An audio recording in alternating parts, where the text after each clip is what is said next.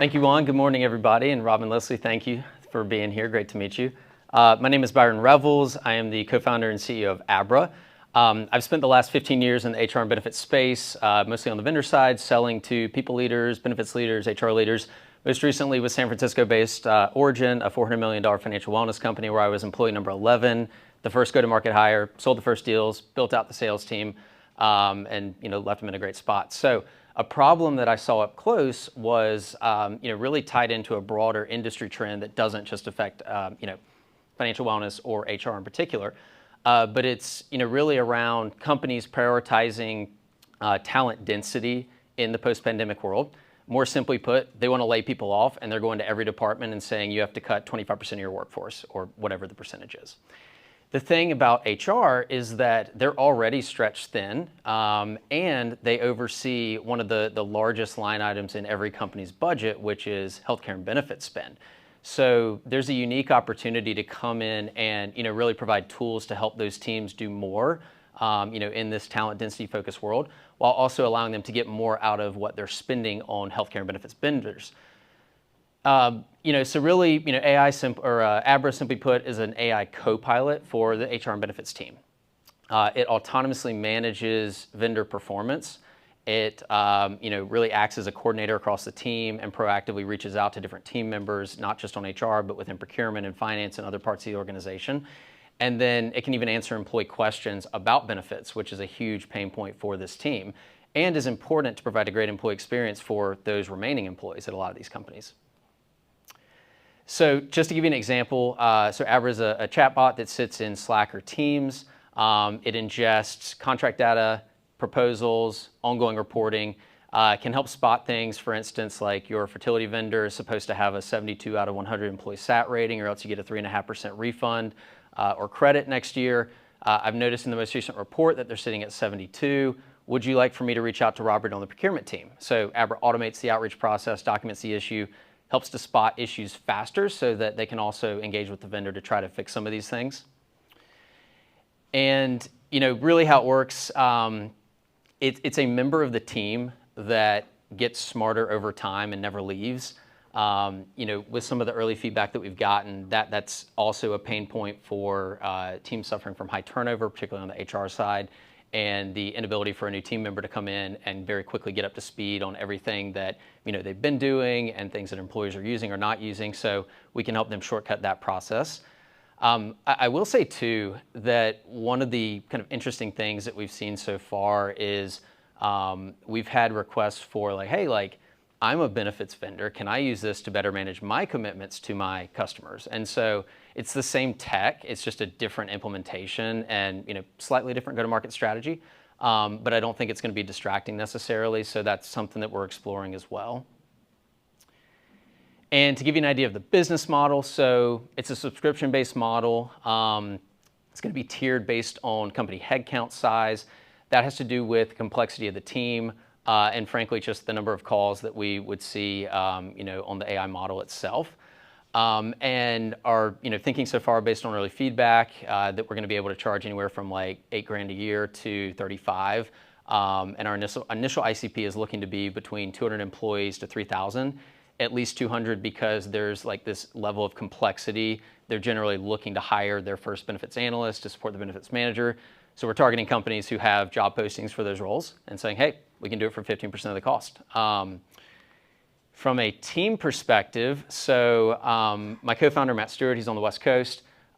We've known each other for 18 years, ran a business together in college. Have had a couple startups since then that we've worked on. So have deep domain expertise, both in the HR and benefit space and then also in the tech world. And I think for me in particular, having worked for 2 San Francisco-based startups now, that was really like going to college when it came to figuring out how to scale, find repeatability, and ultimately build a business. So that was very helpful. Our ask today is that any employers that have a couple hundred employees or more and might be interested in being a design partner, we'd love to chat with you.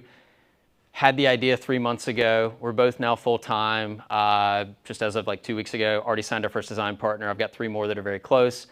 I've sold into benefits teams at DocuSign, Stripe, Block. I mean, all the big tech companies, engineering companies as well. So these are issues that I know that they're suffering from. So, yeah, ending a minute early, and maybe we can have a little bit more discussion. Okay, nicely done.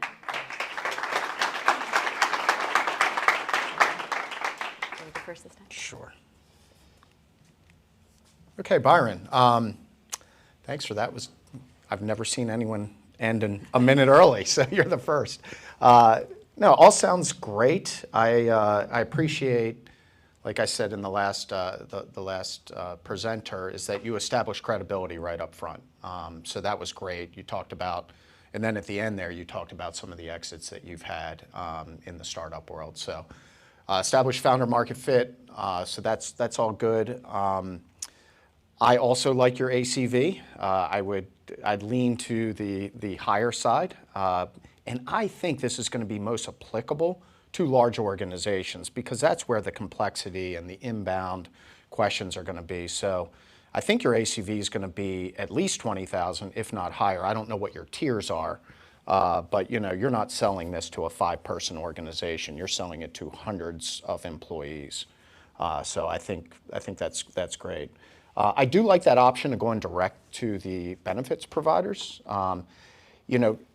As Leslie said on the last pitch, I like the idea that you kind of hone in on what you're going to be good at and you're just about to launch. So stay the course on that. I am certainly not recommending that you go and then immediately try to sell to an adjacent market. Establish your market right now with selling into. But that's nice optionality, and I think I think the benefits providers would have an interest in this technology because then they could roll it out to all of their clients. So that's great. As far as the stuff you hit on your market, your team, I realize it's just you and one other person right now, but you guys are full time. Yep. So you're jumping in on this. This isn't a side hustle anymore. No. Okay, that's great. I don't have, I'd like to hear a little bit more about competition and, some milestones, where are you with building out the technology and that type of thing. But again, all you're trying to do is to get another meeting. So you had a minute left, maybe you could have touched on that, but that's okay. You would have had me interested enough to take another meeting. Awesome. So, okay. Yeah, great presentation. Congrats on making the leap full-time, being all in. That's exciting as well, and I think it certainly changes the tenor of a presentation when a founder is, all the way in and neck deep in it, right? Versus the side hustles. So right. That's significant. The deck was awesome as well. It was crisp, and I've seen a lot of decks, and they're not all very good. Very few of them are. You kept it simple. That's simple, good. Right? Digestible. So I really like that. I love the examples of the Slack bot. To be able to see that. So, and I liked how you also position the AI as like the co-pilot. We're doing a lot of UX research right now on sentiment around AI, and there's that fear of, it's going to take my job. And so I liked how you positioned that as like the assistant to the people at the organization. So that was great. Also echo how you establish yourself and credibility early on as the founder.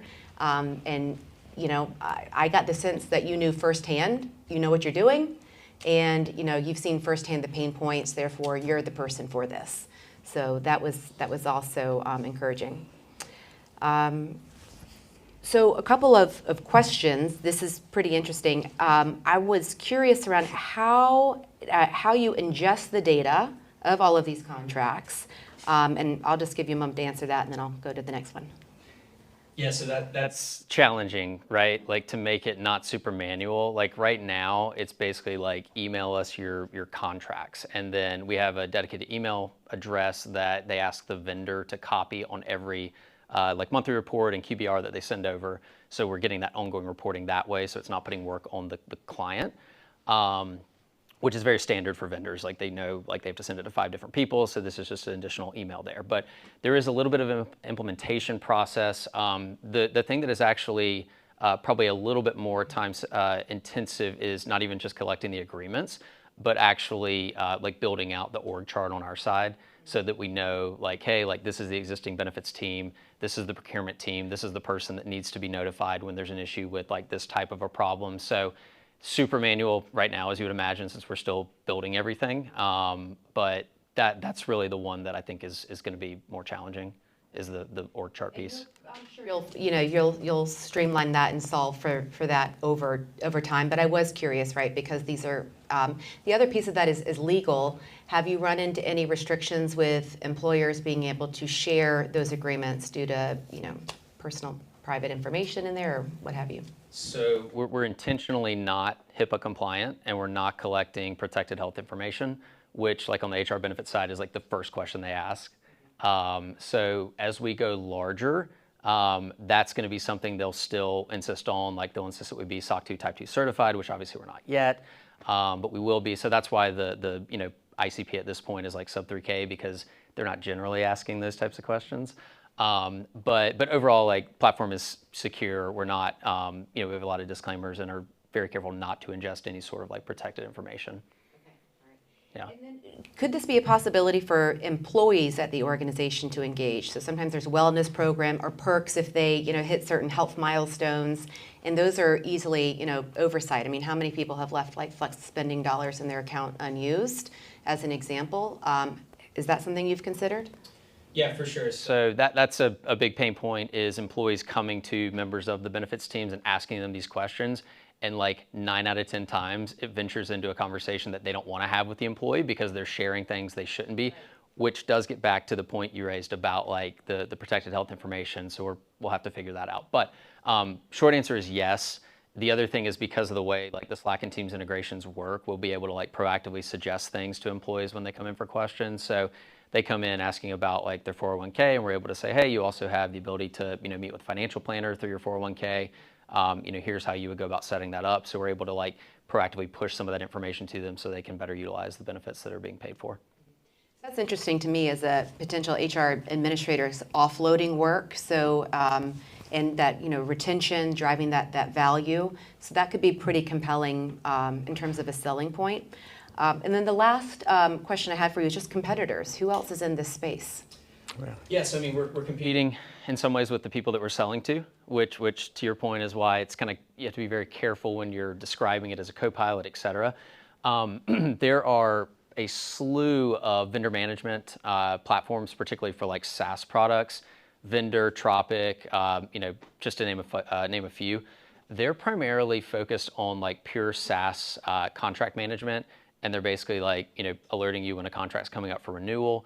One of the things that was really the impetus for Abra was looking at the amount of non-technical service level agreements in HR and benefits contracts, because there's just a ton of them, and knowing that there's no way for organizations to track those well, and they're just not today. So I've met now with the right folks at Bank of America, Datadog, other tech companies, and the feedback I've gotten is like, oh, like, we actually have OKRs tied to managing non-technical service level agreements across the org. Could we use it for that? And so I'm not aware of another company that's doing that piece in particular, but certainly there's a lot on like the SaaS side. So question for you, Byron. So your addressable market is huge here. So, so 2 questions. First of all, is there a specific serviceable market that you're going for as part of this TAM? And secondly, what is your sales market? Or your sales process, I'm sorry. Yeah, for sure. So at least initially, the formula I'm using is going to companies where I can easily get in the door, know the chief people officer or CHRO. You generally are giving this to them as a design partner for little to no cost. You're making them an advisor. This is how they do it in San Francisco. And that allows you to get that additional feedback and then really work with you to help figure out what you need to build. So are these former customers, clients that you've sold to before? Correct. Okay. Yeah, so former customers I've sold to before. Outside of that, so there are approximately like 35,000 companies in the U.S. that offer or have over 50 employees. So per the ACA, they're mandated to offer at least healthcare. When you get to like 200 employees and up, there's like 28,000. That's where that level of complexity starts to kick in a little bit. So we're really focused on those. Initially, like I'm really pursuing a lot of like benefits vendors, like companies I've worked for in the past are, companies I'm talking to now. And they're the ones that are saying like, hey, like we you know, we'd love to use this for the HR side, but could we also use it to manage our client commitments? And that I think is going to be kind of like the interesting decision to make, is when we get to a point of like deciding which of those paths we need to focus on. But the way I think about that is, you know, it's the same tech. If it's just a different implementation, let's keep, you know, dual pathing it, seeing which one looks more repeatable, and then when we go raise, we'll pursue that. And that takes us to time. Thanks, Mark. Thanks. Okay.